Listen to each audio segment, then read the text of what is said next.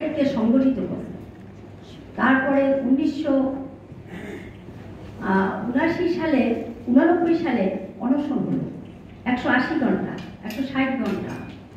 এবং এই খাট জমি আন্দোলনের ফসলে খাট জমি আন্দোলনটা যাতে খাট জমি আইন পাস হয়, যাতে গরিব মানুষকে খাট জমি দিতে পারে, যাতে জমি নেই কাটে, সেই আন্দোলনটাও আমরা করেছিলাম।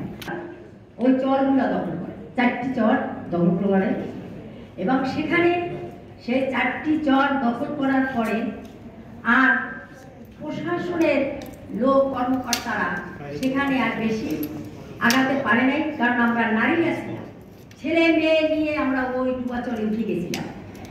জোয়ার তুলে বিছনা ভিজে যেত, আবার যখন রৌদ্র থাকতো বা ভাটা হতো তখন আবার বিছনা ওরা ঘুমাতে পারতো। অনেক কষ্ট ওরা করেছে। সেখানে এই মেন ভূমিকাই ছিল নারীরা। তা নারীদের যে আন্দোলন সংগ্রাম খুব কঠিন এবং খুব মানে কি বলবো, আমি ওই তাদের সাথে ছিলাম। তখন আমার ছোট বাচ্চা ছিল, কিন্তু ওদের সাথে যখন লাল ফ্ল্যাগ যদি একটা হতো তাহলে শত্রুর আক্রমণ করতে আসবে, যখন 2 ফ্ল্যাগ হতো তখন ভাবতেছে যে তারা নদী পার হইয়া আসতেছে, 3 ফ্ল্যাগ যখন হতো তারা কিনারে চলে আসতো, 4 ফ্ল্যাগ যখন হতো তখন তারা আক্রমণ করতো। এরকম করে করে সেখানে এই লোকগুলা ছিল এবং এখন আছে। সেখানে তারা সেটেলমেন্ট পেয়েছে এবং তাদেরকে 1.5 একর করে জমি দেওয়া হয়েছে, সেখানে ইউনিয়ন হয়েছে, সেখানে মেম্বার হয়েছে এই ভূমিহীনরা, চেয়ারম্যান হয়েছে এই ভূমিহীনরা। সত্যিকারের আন্দোলন সংগ্রাম সত্যিকারে যদি মানুষের মধ্যে পড়ে বাস্তব হয়। এবং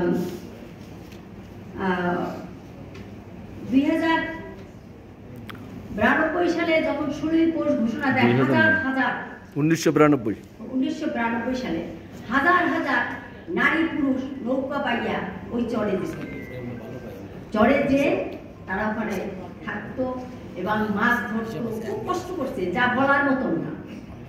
তখন কুশিকা নামে একটা এনজিও ছিল, ওই তারা আপনার ওই ওদেরকে একটা সাপোর্ট দিয়েছিল আপনার ওই ইসের জন্য, ওই স্বাস্থ্যের উপরে।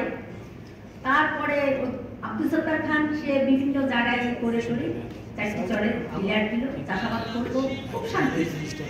এখন আমাদের এই আন্দোলন থেমে গেলেই হবে না, অনেক খাট জমি আছে অবহেলিত করে দিচ্ছে এবং সেই জমিগুলো আমাদের উদ্ধার করতে হবে।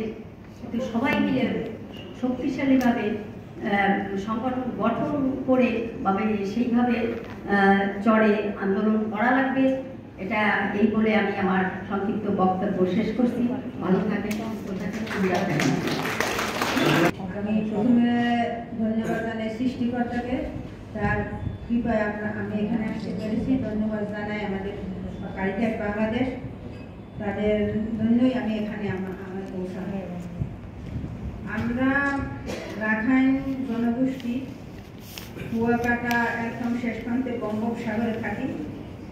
আমাদের ওখানে জলবায়ু পরিবর্তন, লবণাক্ততার জায়গা, আমরা খুব লবণ নিয়ে যুদ্ধে আছি। তবে ওখানে আমাদের ওই যে গাছপালা লাগানো, ওগুলি আমাদের কষ্টে আমাদের গাছ কাটতে হয়। তবে এই বার্মি কম্পোস্টে যে কারিগর প্রয়াস প্রকল্প থেকে আমাদের একটা প্রশিক্ষণ পেয়েছি, ওই বার্মি কম্পোস্ট নিয়ে আমরা এখন গাছপালা লাগাই। ওই যে আপনার ওই যে ওই বস্তা পদ্ধতি, চাং পাতিয়া, এভাবে গাছপালা আমরা এই